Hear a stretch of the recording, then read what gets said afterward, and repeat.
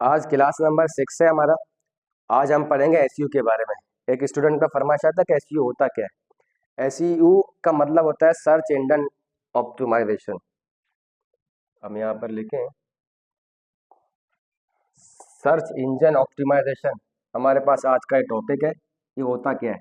इसके ज़रिए हम अपने वेबसाइट का ट्रैफिकिंग को मज़ीद इंक्रीज करते हैं। सपोज हम लोग कुछ भी लिखते हैं गूगल के ऊपर, बहुत सारे हमारे पास लाखों में जो है ना हमारे पास वेबसाइट आती हैं। ठीक है, तो सबसे पहले ऊपर क्यों नहीं आता? तो इससे ये करना हमें, ये जो सर्च इंजन ऑप्टिमाइजेशन है असल में इसका काम ही यही है कि अपनी ट्रैफिकिंग को ऊपर कैसे लाएं और ये किस तरह काम करता है। ठीक है, कोई भी हमारे पास वेबसाइट होती है, जब हम उसको डोमेन बनाते हैं तो वो क्या होता है, वो असल में उसकी रजिस्ट्रेशन होती है गूगल के पास। ठीक है, तो हम जैसे ही गूगल पे ऊपर जाएंगे, हम जिसे यहाँ पर गूगल में कुछ भी लिखेंगे और उसके बाद सपोज हमने लिखा बॉडी फॉग बॉडी स्प्रे। ठीक है, इसको सर्च किया, फॉग बॉडी स्प्रे के नाम से हमने सर्च किया। तो अभी हुआ क्या, अभी हम यहाँ पर चेक करें कि फॉग का अपना जो वेबसाइट है वो नहीं आया टॉप पर, वो शायद नीचे होगा। लेकिन यहाँ पर हुआ क्या कि इसने क्या किया, 3,36,000 रिकॉर्ड हमारे पास गूगल लेके आया। कितने सेकंड के अंदर? 0.30 सेकंड्स के अंदर, मतलब 31 मिली सेकंड के अंदर वो हमारे पास 3 लाख समथिंग रिकॉर्ड्स वो लेके आया। ठीक है, अब रिकॉर्ड तो लेके आया, लेकिन फॉग का अपना भी एक वेबसाइट है, लेकिन वो वेबसाइट हमारे पास नहीं आया। सबसे पहले ऊपर आया दराज। दराज के पास अपना प्रोडक्ट फॉग के नाम से नहीं है, मतलब फॉग अपना एक ब्रांड है, लेकिन यहाँ पर उसका रजिस्ट्रेशन मौजूद है, इनके पास अवेलेबल है वो। अगर हम मजीद अगर नीचे जाएं तो हम देखें कि और सारे वेबसाइट्स होंगी। अब देखो फॉग आ गया, इससे पहले दराज आ रहा था। अगर हम मजीद भी चेक कर लें, हमारे पास और भी रिकॉर्ड्स हैं। हम यहाँ पर चेक करें, कैच एंड पैक भी आ गया, नाइट.pk भी आ गया। ये वो वेबसाइट्स हैं जिनके पास फॉग का बॉडी स्प्रे अवेलेबल है। ठीक है, तो अभी हुआ क्या, गूगल करता क्या है? अभी गूगल को मैंने बताया फॉग बॉडी स्प्रे के बारे में, वो 31 सेकंड मिली सेकंड के 0.31 सेकंड 31 सेकंड्स के अंदर वो सारे रिकॉर्ड्स जो फॉग से रिलेटेड है वो सारे लेके आया, लेकिन तरतीब से। अभी सबसे लास्ट में भी तो कोई होगा जो फॉग बेच रहा है, ठीक है, या उसके पास फॉग का कीवर्ड होगा। तो सबसे ऊपर दराज.pk आया, समझे? अभी दराज.pk से हुआ क्या, अभी इसको हम क्लिक करेंगे तो इसके पास फॉग बॉडी स्प्रे अवेलेबल है। ठीक है, ये सारा प्रोसेस गूगल ने कैसे किया और हम अपने वेबसाइट को इसी तरह ट्रैफिकिंग कैसे कर सकते हैं, उसके बारे में आज काम करेंगे हम। तो उसके बारे में हम कोडिंग सबसे पहले लिखेंगे। हमने एक फाइल बनाई है seo.html के नाम से। ठीक है, तो VS कोड के अंदर हमारे पास एक शॉर्टकट है ये। इससे पहले हमने क्या पढ़ा था? इससे पहले हमने पढ़ा था HTML का टैग पढ़ा था हमने, और बॉडी का टैग पढ़ा था हमने, और बॉडी के टैग के अंदर हम सारा कुछ लिखते थे। अब ये इतना सारा कोड क्यों आया और कैसे आया, इनका मतलब क्या होता है? ठीक है, अभी सबसे पहले आया डॉक टाइप HTML के बारे में। ये असल में डॉक्यूमेंट टाइप HTML, इसका मतलब ये हो गया कि HTML5 का जो वर्जन है वो डॉक टाइप HTML होता है।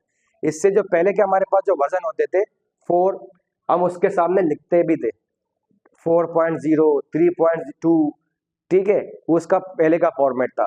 डॉक्यूमेंट टाइप HTML, ये HTML का HTML5 का जो है ना ये वर्जन के हिसाब से होता है। उसके बाद हमारा HTML का जो रेगुलर टैग था हमारे पास, तो उसके बाद हमारे पास एक लैंग्वेज लैंग के नाम से एक एट्रीब्यूट आ रहा है जिसके अंदर en लिखा हुआ है।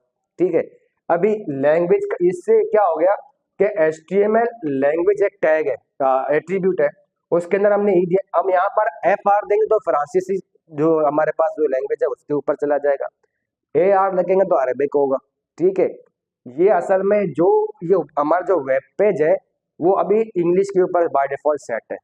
अगर हम अरबिक लिखेंगे तो यहाँ पर हमारा जो वेब पेज है वो अरबिक हो जाएगा। ठीक है, उसके बाद हमारे पास एक टैग है ऐड के नाम से। ये जो हमारे पास ऐड के टैग के नाम से हमारे पास एक टैग है, इसको हम कब यूज करेंगे?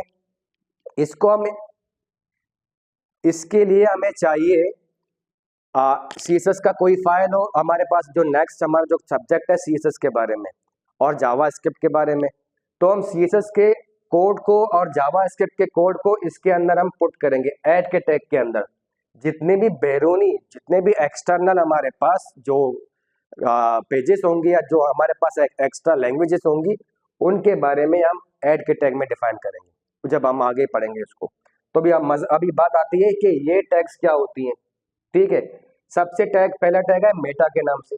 मेटा के नाम से एक टैग है जिसको हम कहते हैं चार, उसका एक एट्रीब्यूट है चार सेट के नाम से, और UTF-8।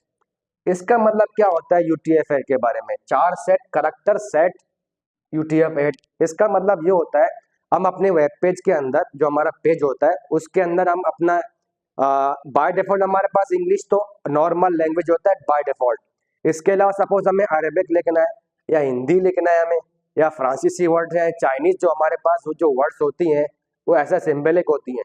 अगर हम UTF-8 का इस्तेमाल करते हैं तो वो क्या करेगा, वो हमारे पेज के अंदर वो एक्सेसिबल हो जाएंगे। मतलब हम अरबिक लिखेंगे तो अरबिक आएगा, ठीक है, हम फ्रांसी लिखेंगे तो फ्रांसी आएगा। बाय डिफॉल्ट सिर्फ ये इंग्लिश को सपोर्ट करता है। सपोज हमारे पास हमने लिखा मोहम्मद के नाम से एक वर्ड, ठीक है, अगर हम UTF-8 ना लगाएं, ये 8 भी होता है करेक्टर सेट, 16 भी होता है, 32 भी होता है बिट के हिसाब से। अगर हम मोहम्मद लिखेंगे और उस पर हम UTF ये वाला जो टैग है हम इसको ना लिखें तो होगा क्या, वो मीम को अलग से लिखेगा, एच को हा को अलग से लिखेगा, और मीम को अलग से लिखेगा, दाल को अलग लिखेगा। ये बिल्कुल अलग अलग सेपरेट करेगा। क्यों? वो उसको पढ़ ही नहीं पा रहा, वो समझेगा पता नहीं कौन सा हमारे पास सिंबल आ चुके हैं। हम इसको जब लिखेंगे तो क्या करेगा, उसको सपोर्ट करेगा, तो फिर उसको मोहम्मद मिल के लिखेगा। ठीक है, उसके बाद हमारे पास आता है मेटा नेम के टाइप से हमारे पास एक एट्रीब्यूट है, कंटेंट के नाम से एट्रीब्यूट है। अभी ये होता है क्या, ये व्यू पोर्ट क्या होता है? व्यू पोर्ट असल में हमारे पास इस पूरे लेआउट को हम कहते हैं व्यू पोर्ट।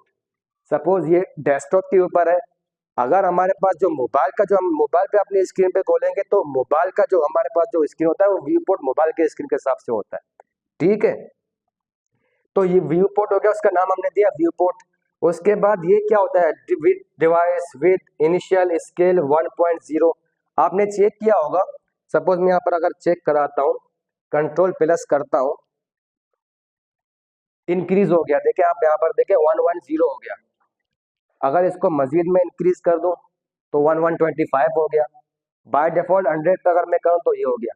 ये असल में जूमिंग क्या, आपने अगर देखा होगा कि जब हम मोबाइल में कैमरा जब ऑन करते हैं तो 1.0 होता है बाय डिफॉल्ट उसका स्केल। जब उसको हम थोड़ा जूम करने के लिए करते हैं, जूम करने के लिए लेके जाते हैं, तो फिर वो कहता है कि आपको कितना जूम करना है, 2.0, 3.0, इस तरह करके होता है। ये स्केल होते हैं असल में जूमिंग के। तो ये 1.0 बाय डिफॉल्ट हमारे पास अवेलेबल है। इसको अगर मैं 2.0 कर दूं तो फिर ये क्या होगा, 110 जूम पे चला जाएगा, 110% पे चला जाएगा, जो थोड़ा सा जूम होगा। तो ये असल में मेटा का टैग जो यूज करते हैं डिवाइस के लिए करते हैं। इसके अलावा हमारे पास ये इनिशियल स्केल है, बाय डिफॉल्ट जो हमारे पास स्केल है वो ये है। इसके बाद हमारे पास एक और भी इसके अंदर एट्रीब्यूट है, कोमा लगा के, उसको कहते हैं मिनिमम, के मिनिमम आपको कितना रखना है, कितना स्केल रखना है, मिनिमम स्केल। इसके अलावा इसके एक और भी है, मैक्सिमम स्केल आपको कितना रखना है। ठीक है, ये तो हमारा हो गया, ये जो हमने उसके बाद हमारे पास है टाइटल के नाम से एक टैग है। ये क्या करता है टाइटल के नाम से टैग, इसको अगर हम यहाँ पर चेक कर लें, रन करने के बाद इसको अगर हम रन करें, SU के नाम से फोल्डर, इसको हम रन करते हैं, ठीक है, इसका हम टाइटल का नाम देते हैं एपेक्स एजुकेशन। ठीक है, अब यहाँ पर चेक कर लें कि हमने जो वहाँ पर टाइटल दी हुई थी तो यहाँ वो चेंज हो गया ब्राउजर के ऊपर। ये जो टाइटल का टैग है हमारे पास, ये ब्राउजर के अंदर जो आपका जो सबसे ऊपर जो पेज में जो लिखते हैं वो चेंज होता है इससे। अभी अब बात आती है हमारे पास SEO के बारे में। SEO होता क्या है, SEO कैसे हम अपने सिस्टम को कैसे कर सकते हैं, SEO के बारे में। तो एक और टैग है हमारे पास मेटा के नाम से। इसी तरह हमने मेटा में लिखा चार सेट, और इसी तरह हमने लिखा मेटा के अंदर नेम और कॉन्टैक्ट। एक और हमारे पास टैग है एक, सपोज हम यहाँ पर एक टैग बनाते हैं मेटा के नाम से, ठीक है, ये बंद भी कर दें, ये सेल्फ बंद होगा असल में। इसके अंदर हमारे पास एक एट्रीब्यूट है नेम और एक एट्रीब्यूट है कंटेंट। ठीक है, अब हम अपने सिस्टम को कैसे इसके अंदर एसईओ यूज कर सकते हैं। इसके अंदर नेम के अंदर हम क्या लिखेंगे और कंटेंट के अंदर क्या लिखेंगे। ठीक है, अब सबसे पहले हम लिखेंगे नेम के अंदर डिस्क्रिप्शन। ठीक है, उसके बाद डिस्क्रिप्शन में हमने क्या लिखेंगे, एपेक्स एजुकेशन फोरम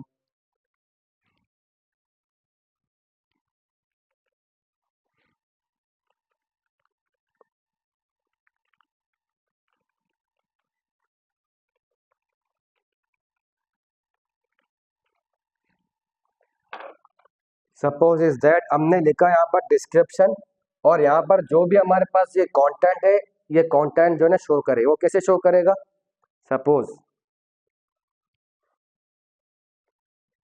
यहाँ चेक करें, ये जो जितने, ये तो हमारा हो गया टाइटल जो हमारे वेबसाइट के नाम से जो आ रहा है। ठीक है, जो हमने यहाँ पर पुट भी किया हुआ था।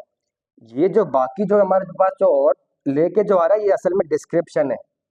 हम जब भी अपने एपेक्स के बारे में जब अपलोड करेंगे तो हम यहाँ पर बताएंगे, जो हमने वहाँ पर जो डिस्क्रिप्शन दिया हुआ है ये वाला, यहाँ पर हम जो भी देंगे तो वो डिस्क्रिप्शन यहाँ पर आ जाएगा। सपोज अभी हम अगर नीचे देखें, ये इसका डिस्क्रिप्शन है बाय डिफॉल्ट। ठीक है, ये डिस्क्रिप्शन ये कहाँ से आता है, ये यहाँ से आता है।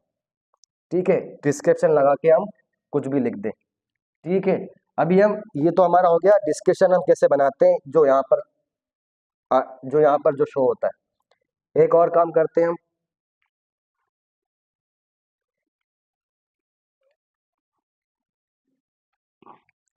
एक टैग बनाते हैं मेटा का फिर से। इसके ऊपर भी दो एट्रीब्यूट हम ऐड करेंगे। ठीक है, डिस्क्रिप्शन हमारे पास हो गया, व्यू पोर्ट का भी हो गया स्केल के हिसाब से। अभी यहाँ पर हम करेंगे कीवर्ड्स का इस्तेमाल। नेम में हम लिखेंगे कीवर्ड्स। ठीक है, अभी कीवर्ड्स, आप जो भी हमारे पास कीवर्ड्स होंगी वो कीवर्ड्स हमें यहाँ पर कोमा लगा के ऐड करने पड़ेंगे। सपोज ये एपिक्स भी है, कोमा लगा के एजुकेशन भी है, फोरम भी है, वेब डिजाइनिंग के बारे में भी है, इंग्लिश लैंग्वेज भी है,